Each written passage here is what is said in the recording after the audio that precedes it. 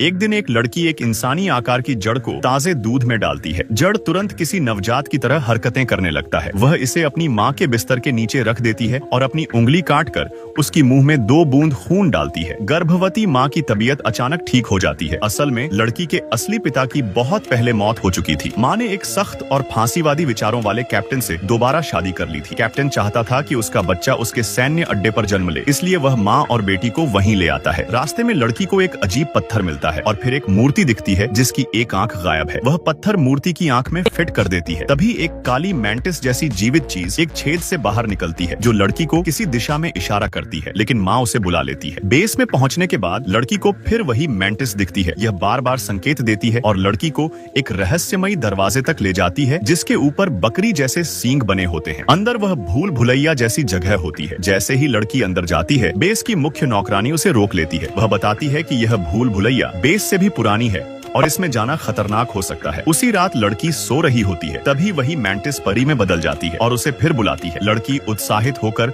उसके पीछे पीछे जाती है और भूल भुलैया के केंद्र तक पहुंचती है, जहां एक सीढ़ियां जमीन के नीचे जाती है। नीचे उसे एक अजीब प्राणी मिलता है जिसके सिर पर सींग है। उसका नाम पान है। पैन बताता है कि लड़की असल में अंडरग्राउंड किंगडम की राजकुमारी है। वह बचपन में इंसानी दुनिया की हवा, सूरज और वैभव से आकर्षित होकर भाग आई थी, लेकिन सूरज की रोशनी से उसकी आंखें चली गईं और वह ठंड में मर गई। राजा यानी उसके पिता को यकीन है कि राजकुमारी का आत्मा इंसानों में जन्म ले चुका है और अब वह लड़की वहीं खोई हुई राजकुमारी है। इस बात का सबूत उसके कंधे पर बना चांद का निशान है। पान बताता है कि अगर वह सच में वही राजकुमारी है तो उसे 3 परीक्षाएं पास करनी होंगी ताकि वह फिर से अपनी दुनिया लौट सके। वह लड़की को एक जादुई किताब देता है जिसमें सभी परीक्षाएं लिखी हैं। शुरुआत में किताब पूरी खाली होती है। अगले दिन सैन्य बेस में एक पार्टी होती है। लड़की टब में बैठकर किताब पढ़ती है और अब किताब में पहला परीक्षण दिखता है। जंगल में एक विशाल टोड ने एक जादुई अंजीर के पेड़ पर कब्जा कर लिया है और पेड़ मर रहा है। लड़की को 3 रत्न उसके मुंह में डालकर उसकी उल्टी से एक सुनहरी चाबी निकालनी है। लड़की अपनी पोशाक उतारकर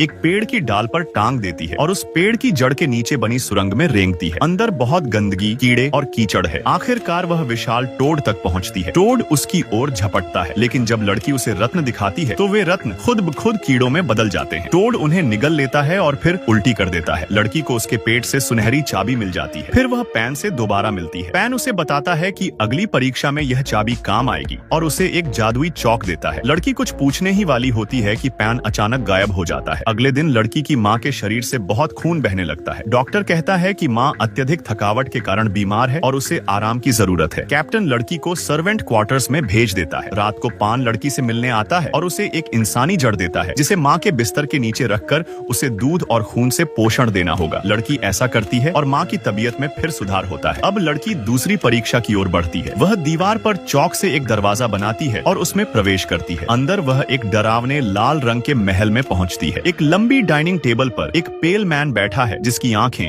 उसके सामने की प्लेट में रखी है। दीवारों पर बच्चों को खा जाने के दृश्य बने हैं और पास में बच्चों के जूते का ढेर है। फिर लड़की टेबल से दूर जाकर दीवार में 3 चाबी छेद देखती है। फेरीज उसे बीच वाले छेद की ओर इशारा करती है, लेकिन लड़की का हाथ खुद ब खुद बाएं वाले छेद पर चला जाता है जहाँ से वह एक चाकू निकालती है। पैन और फेरीज ने चेतावनी दी थी कि टेबल पर रखा भोजन न छुए, लेकिन लड़की एक अंगूर उठा लेती है। अगले ही पल पेल मैन जागता है, अपनी आंखें दोनों हथेलियों में रखकर सिर के पास करता है और चारों तरफ देखने लगता है। वह लड़की की ओर दौड़ने लगता है। फेरीज उसे रोकने की कोशिश करती है, लेकिन वह उनमें से 2 को मार डालता है। लड़की किसी तरह वहाँ से भाग निकलती है और दरवाजा बंद कर देती है। जल्दी में उसने अपने सिर के ऊपर चौक से एक दरवाजा बनाया और आखिरी पल में निकल गई। दूसरा टेस्ट पूरी तरह से फेल हो गया। जब पैन ने ये सुना तो बहुत गुस्से में आ गया और उसने कहा कि अब लड़की कभी अंडरग्राउंड किंगडम नहीं लौट पाएगी और फिर वहाँ से चला गया। उसी वक्त कैप्टन के सिपाहियों ने एक शिकारी बाप बेटे को पकड़ लिया। उन्हें शक था कि वे विद्रोही हैं, इसलिए उन्हें गोली मार दी गई, लेकिन उनके बैग से एक मरी हुई खरगोश निकली जिससे साफ था कि वे असली शिकारी थे। सच्चाई जानने के बाद भी कैप्टन ने केवल अपने सिपाहियों को डांटा और वो खरगोश रसोई में पकाने का आदेश दे दिया। उसे निर्दोषों की मौत की कोई परवाह नहीं थी। कैप्टन की क्रूरता से बहुत लोग उससे नाराज हो गए और वे जंगल में जाकर गेरिला वॉरफेयर से उसका विरोध करने लगे। बेस का डॉक्टर भी इन्हीं में से एक था। कैप्टन ने जब एक कैदी की जुबान खुलवाई तो उसे डॉक्टर की असली पहचान पता चल गई। जैसे ही वह डॉक्टर को मारने जा रहा था, ऊपर उसकी पत्नी के कमरे से आवाज आई। कैप्टन ने सिपाहियों को डॉक्टर पर नजर रखने को कहा और खुद ऊपर गया। वहाँ उसने लड़की को बेड के नीचे से रूट डॉल निकालते देखा। उसने गुस्से में लड़की को खींचा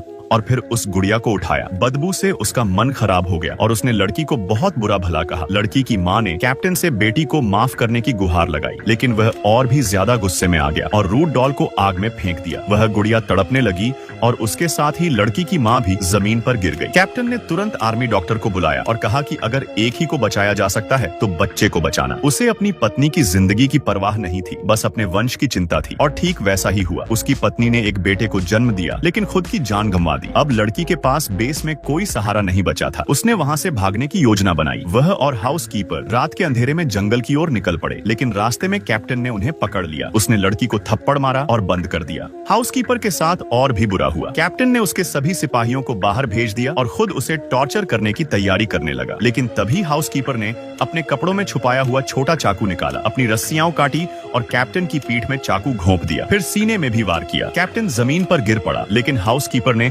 उसका मुंह चीर दिया और बाहर जाने लगी। कैप्टन किसी तरह उठ खड़ा हुआ और सोल्जर्स को बुलाया। उन्होंने हाउसकीपर को घेर लिया। खुद को घिरा देख हाउसकीपर ने चाकू अपनी गर्दन पर रख लिया, लेकिन तभी एक गोली चली और सोल्जर्स गिरने लगे। गेरिला फाइटर्स ने हमला कर दिया था। उधर पान एक आखिरी मौका देने को तैयार था। उसने लड़की से कहा कि उसे अपने छोटे भाई को लेकर लैबिरिंथ के केंद्र में आना होगा। लड़की ने पूछा कि वह कमरे से कैसे बाहर निकले, तो पान ने उसे फिर से एक चौक दी। वह चुपचाप कैप्टन के बेडरूम में गई और देखा कि कैप्टन अपनी फटी हुई मुंह की सिलाई करवा रहा था। उसके जाते ही लड़की ने उसकी शराब में स्लीपिंग ड्रॉप्स मिला दी, लेकिन जब वह अपने भाई को लेकर निकलने ही वाली थी तभी कैप्टन लौट आया। लड़की को छिपना पड़ा। तभी बाहर एक बड़ा विस्फोट हुआ। कैप्टन ने पीछे मुड़कर देखा और लड़की को पकड़ने दौड़ा, लेकिन क्योंकि उसने नशीली शराब पी थी, उसकी चाल लड़खड़ा रही थी। बाहर युद्ध शुरू हो चुका था। गेरिला फाइटर्स पूरी तरह से हमला कर चुके थे, लेकिन कैप्टन को कोई परवाह नहीं थी। उसे बस अपना बेटा चाहिए था। लड़की अपने भाई को लेकर लैबिरिंथ में पहुंची। सामने डेड एंड था और पीछे से कैप्टन आता जा रहा था। तभी सामने की हेज दीवार अचानक खुल गई और लड़की भीतर चली गई। वहाँ पैन उसका इंतजार कर रहा था। पैन ने कहा कि अगर अंडरग्राउंड किंगडम का दरवाजा खोलना है तो उसके भाई की 2 बूंदें खून निकालनी होंगी। लड़की ने मना कर दिया। तभी कैप्टन भी पहुंच गया। उसने देखा कि लड़की हवा से बात कर रही है और तुरंत गोली चला दी। लड़की मर गई। कैप्टन अपने बेटे को लेकर बाहर निकला, लेकिन वहाँ गेरिला फाइटर्स खड़े थे। उसने जान लिया